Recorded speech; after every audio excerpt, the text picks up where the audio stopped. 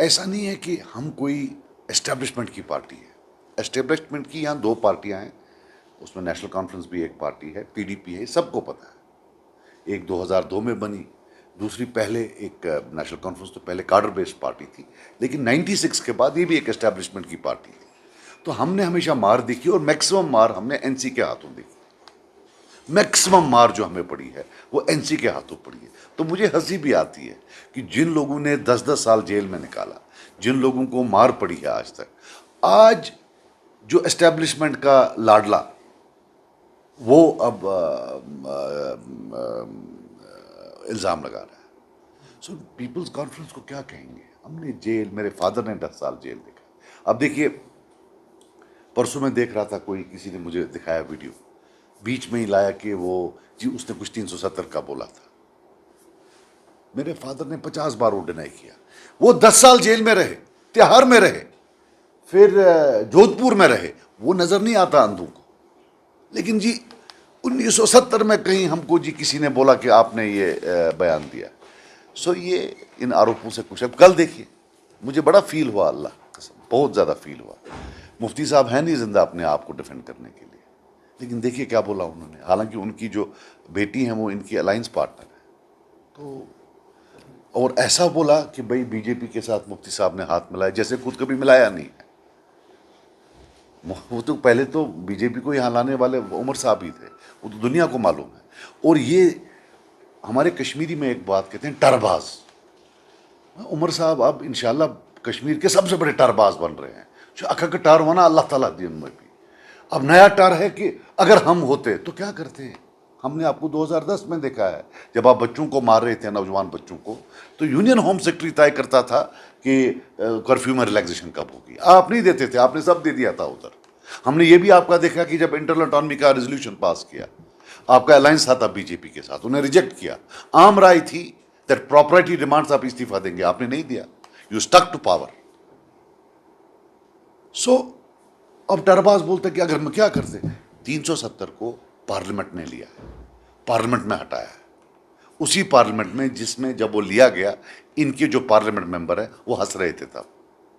None of them did anything. तब अगर हाँ किसी ने कपड़े फाड़े कुछ किया, वो फयाज मीर साहब यहाँ बैठे इन्होंने किया। सो वो भी हिस्ट्री याद रखेगी। सो ये बोलना कि नहीं जी अब अगर हम होते तो आप क्या करते, कुछ नहीं करते। कोई किसी को परेशानी नहीं है कश्मीरी मुसलमान क्या कह रहा है, आपको गलत ख्याल है।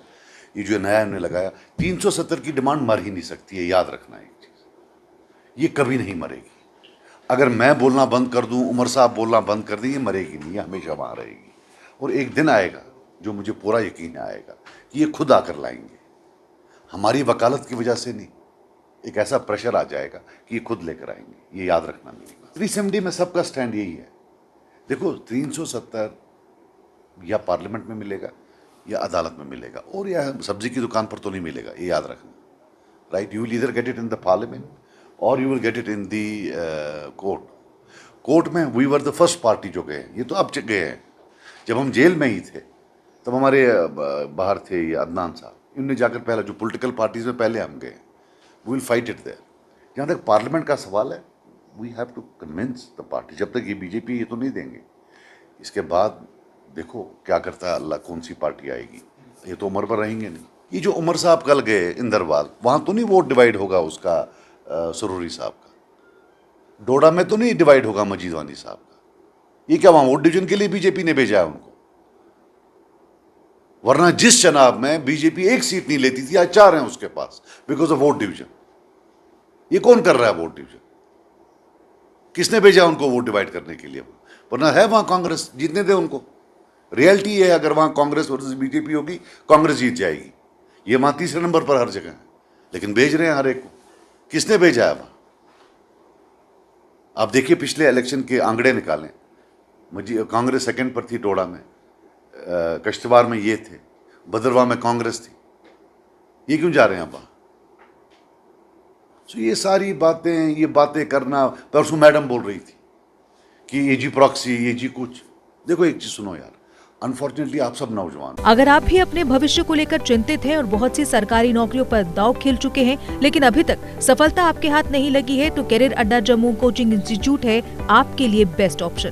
कैरियर अड्डा जम्मू में हर कॉम्पिटिटिव एग्जाम में सफलता हासिल करने के लिए बेहतरीन तरीके से तैयार किया जाता है। कैरियर अड्डा जम्मू में फ्री कोचिंग का प्रावधान है, तो फिर देर किस बात की।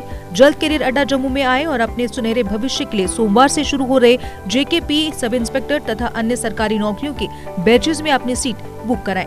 हमारा पता है Gurdwara road, opposite doctor Dara Singh clinic, Rehari Chungi, Jammu. GK update रहे हमारे साथ। अगर आप ये वीडियो YouTube पर देख रहे हैं तो हमारे YouTube चैनल को सब्सक्राइब करें और बेल आइकन को क्लिक करें। अगर आप ये वीडियो Facebook पर देख रहे हैं तो हमारा Facebook पेज लाइक जरूर करें। For advertisement please contact 7051091811।